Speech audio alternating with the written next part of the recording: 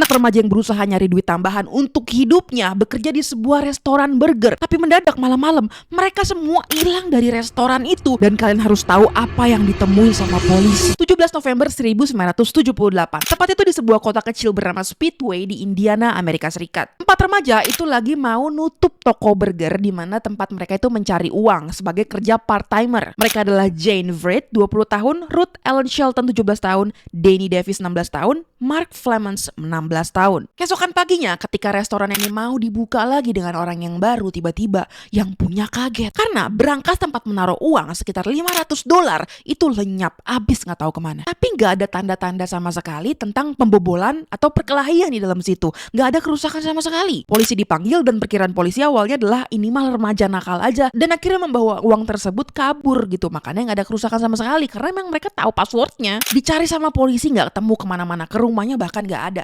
2 hari kemudian ditemukan sesuatu di dekat situ. Keempat mayat anak tersebut ditemukan guys. Tepatnya itu ada di Johnson County di sebuah perhutanan. Jane dan Ruth itu dieksekusi dengan cara ditembak. Danny ditusuk dan Mark kabarnya itu dipukul menggunakan benda yang keras dan akhirnya diseret dan ditaruh di dalam hutan. Cara kematian yang berbeda-beda, ini kesimpulan polisi adalah pelakunya lebih dari 1 orang. Sayangnya ketika dilakukan penyelidikan, polisi mengakui kalau penyelidikan ini udah kacau dari awal. Tempat kejadian perkara karena diperkirakan anak ini cuma anak bandel yang hilang, akhirnya dibersihkan gitu aja. Sehingga bukti-bukti yang ada itu nggak sempet dicek sama polisi. Dan area hutan itu nggak pernah diamankan dengan benar. Beberapa saksi bilang katanya sempat melihat sebuah mobil mencurigakan dengan 2 orang pria dewasa di dalamnya yang benar-benar mantau di depan restoran burger tersebut. Yang satu katanya berjenggot dan satunya rambutnya pirang. Polisi bahkan katanya membuatkan ciri-cirinya di sebuah patung, tapi ternyata nggak ada yang cocok sama sekali. Rumor dan juga beberapa pelaku itu bahkan sempat ngaku ke polisi kalau mereka pelakunya. Cuman nggak ada bukti yang kuat gitu untuk meyakinkan kalau mereka pelakunya. Dan kasus ini tuh ternyata udah lebih dari 40 tahun dan gak ada satupun yang mengarah kepada kebenaran. Bangunan restoran burger tempat mereka bekerja akhirnya dihancurkan karena warga sekitar